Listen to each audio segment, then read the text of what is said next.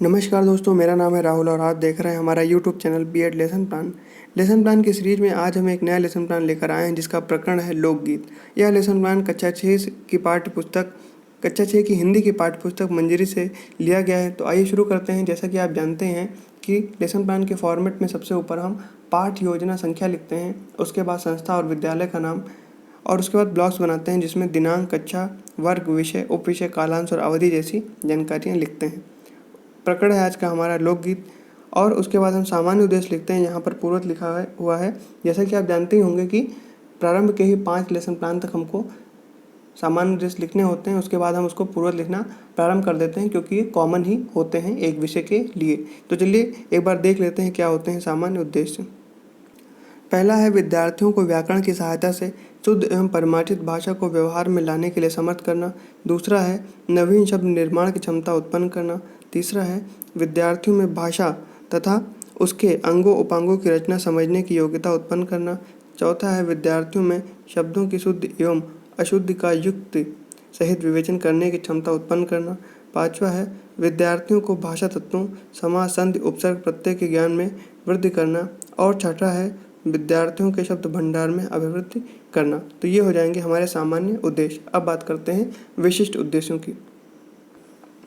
पहला है ज्ञानात्मक, छात्रों में लोकगीत नामक पाठ का ज्ञान हो सकेगा। दूसरा है अवबोधात्मक, पाठ को सुनकर तथा पढ़कर अर्थ ग्रहण करने की योग्यता का विकास हो सकेगा। तीसरा है कौशलात्मक, छात्रों में वाचन कौशल अभिव्यक्ति का जीवन के अन्य क्षेत्रों में उपयोग कर सकेगा। चौथा है अभिरुच्यात्मक, छात्र पाठ में आए हुए विभिन्न तत्वों में रुचि ले सकेंगे।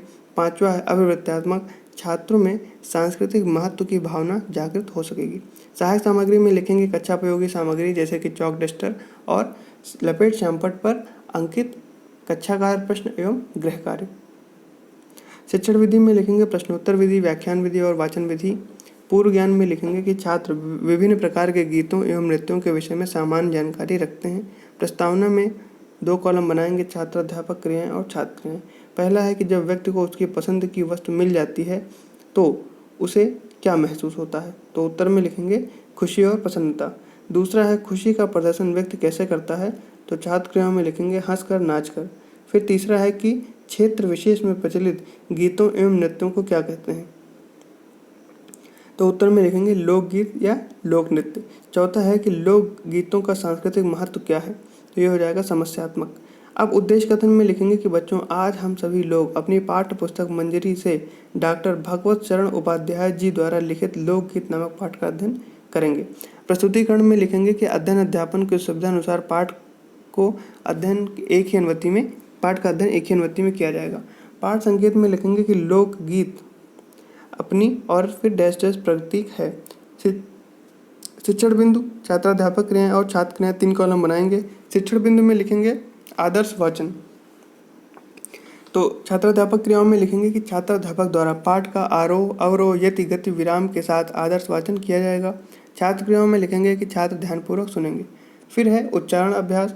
तो छात्राध्यापक द्वारा पाठ के कुछ कठिन शब्दों का उच्चारण अभ्यास कराया जाएगा जैसे कि लोकप्रियता, शास्त्रीय, त्योहारों, बांसुरी, लोक साहित्य, पुनरुद्धार, अधिवेशन, प्रोत्साहन, ओजस्वी, ओराव मुंड, संथाल, अशास्त्रीय, मिर्जापुर, आह्लादकर आदि।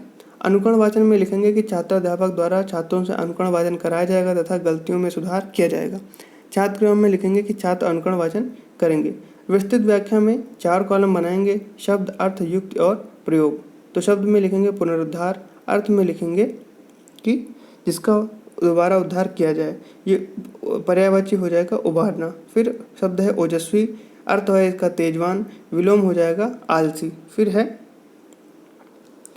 सिरचती, यानी अर्थ हो जाएगा रचती, पर्यायवाची हो जाएगा बनाना।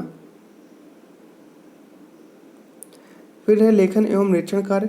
तो इसमें लिखेंगे कि छात्राध्यापक द्वारा श्यामपट्ट कार्य पर लिखे शब्दों को अपनी कॉपी पर लिखने का निर्देश देकर कक्षा में घूम घूम कर निरीक्षण कार्य करेंगे। बोध प्रश्न में 2 कॉलम बनाएंगे, प्रश्न और उत्तर।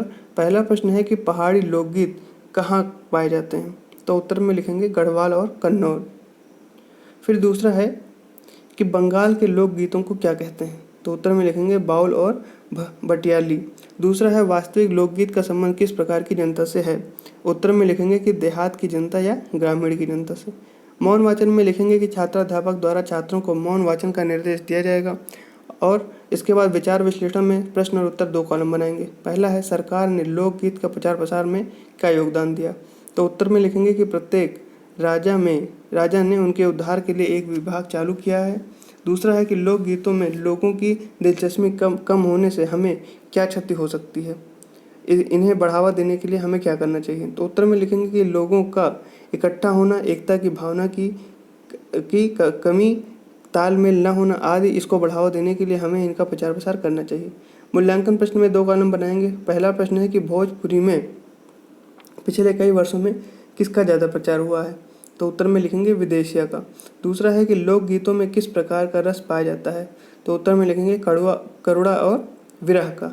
तीसरा प्रश्न है कि बुंदेलखंड में गाए जाने वाले लोकप्रिय गीत कौन से हैं। तो है आल्हा। गृह कार्य में लिखेंगे कि हमारे यहाँ महिलाएं कब कब कौन सा गीत गाती हैं, उन गीतों को कौन सा गीत कहा जाता है, इसको लिखकर लाना है।